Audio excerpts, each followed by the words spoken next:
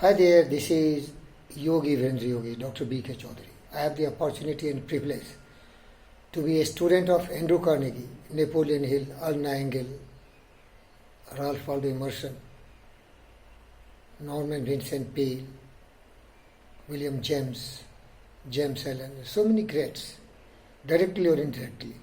Today in this video, I want to share with you what are the attributes and traits of great leader, because I have tried myself to be a great leader myself and I learned from these people. Just in the interest of the organizations, institutions and the individual, I will request my great guru and guide, Dr. Andrew Carnegie, the Steelman of America, to really tell us what are the traits of a successful great leader. Please listen carefully. Successful leaders develop and apply. Will you give me a catalog of such traits as you believe to be essential for leadership? From my own experience with men, I've observed that successful leaders in all walks of life exemplify one or more of 30 or more traits of leadership, and in some instances, they possess all of these traits. 1. The adoption of a definite major purpose and a definite plan for attaining it. 2. The choice of a motive adequate to inspire continuous action in pursuit of the object of one's major purpose. Nothing great is ever achieved without a definite motive. 3. A mastermind alliance through which to acquire the necessary power for noteworthy achievement. That which one man can accomplish by his own efforts is negligible, confined in the main to the acquisition of the bare necessities of life. Great achievement always is the result of coordination of minds working toward a definite end. 4. Self-reliance in proportion to the nature and scope of one's major purpose. No one can go very far without relying largely upon his own efforts, his own initiative, his own judgment. 5. Self-discipline sufficient to give one mastery over both the head and the heart. The man who cannot or will not control himself never can control others. There are no exceptions to this rule. This is so important that it should probably have headed the entire list of the essentials of leadership. 6. Persistence, based on a will to win. Most men are good starters, but poor finishers. The man who gives up at the first sign of opposition never goes very far in any undertaking. 7. A well-developed faculty of imagination. Able leaders must be eternally seeking new and better ways of doing things. They must be on the lookout for new ideas and new opportunities to attain the object of their labors. The man who trails along on the old path, doing things merely because others have done them, without looking for methods of improvements, never becomes a great leader. 8. The habit of making definite and prompt decisions at all times. The man who cannot or will not make up his own mind has little opportunity to induce others to follow him. 9. The habit of basing opinions on known facts instead of relying upon guesswork or hearsay evidence. Able leaders take nothing for granted without a sound reason. They make it their business to get at the facts before forming judgments, but they move promptly and definitely. 10. The capacity to generate enthusiasm at will and direct it to a definite end. Uncontrolled enthusiasm may be as detrimental as no enthusiasm. Moreover, enthusiasm is contagious, as is also lack of enthusiasm. Followers and subordinates take on the enthusiasm of their leader. 11.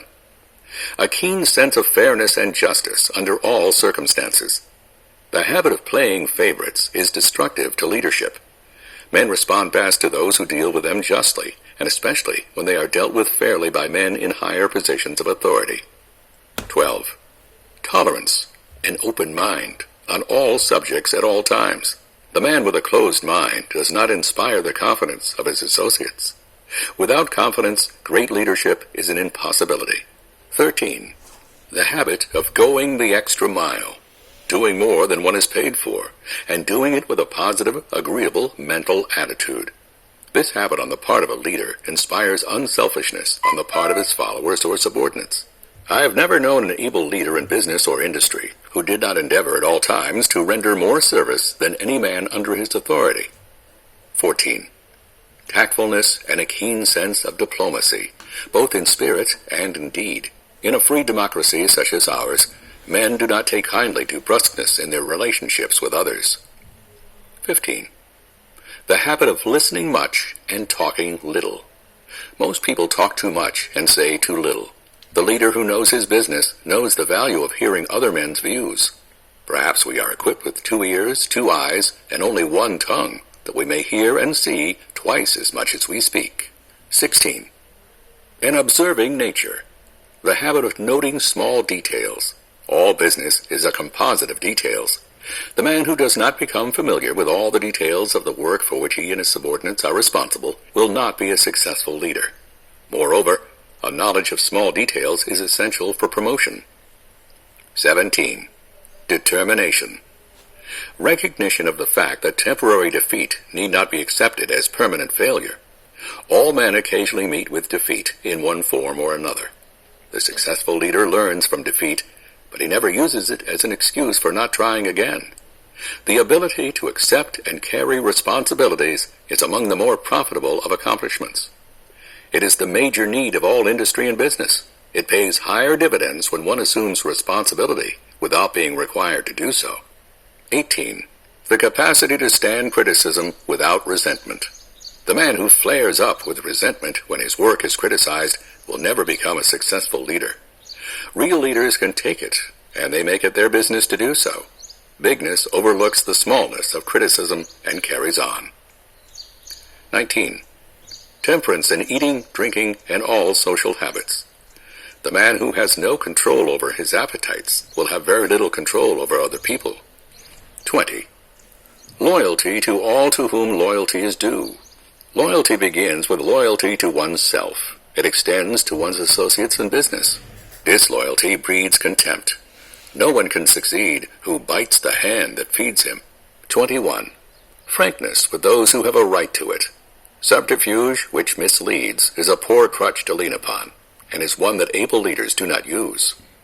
22. Familiarity with the 9 basic motives which actuate men. Already discussed in Lesson 2, these motives are relisted here for review. Emotion of love, emotion of sex, desire for financial gain, desire for self-preservation, desire for freedom of body and mind, desire for self-expression, desire for perpetuation of life after death, emotion of anger, and emotion of fear.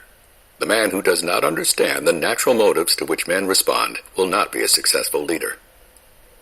23. Sufficient attractiveness of personality to induce voluntary cooperation from others. See the list of the factors of attractive personality in Lesson 3.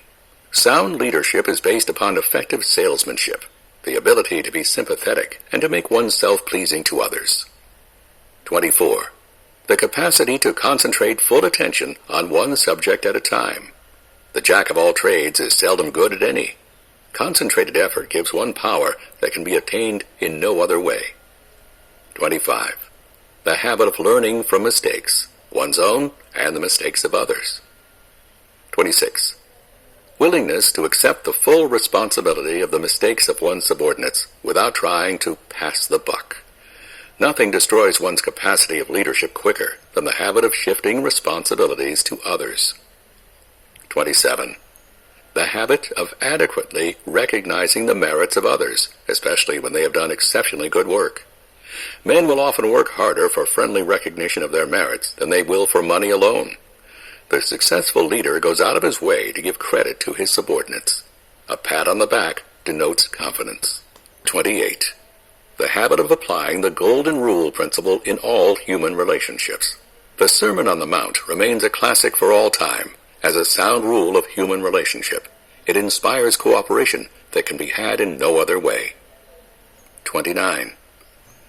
A positive mental attitude at all times. No one likes a grouchy, skeptical person who seems to be at outs with the world in general. Such a man will never become an able leader. 30.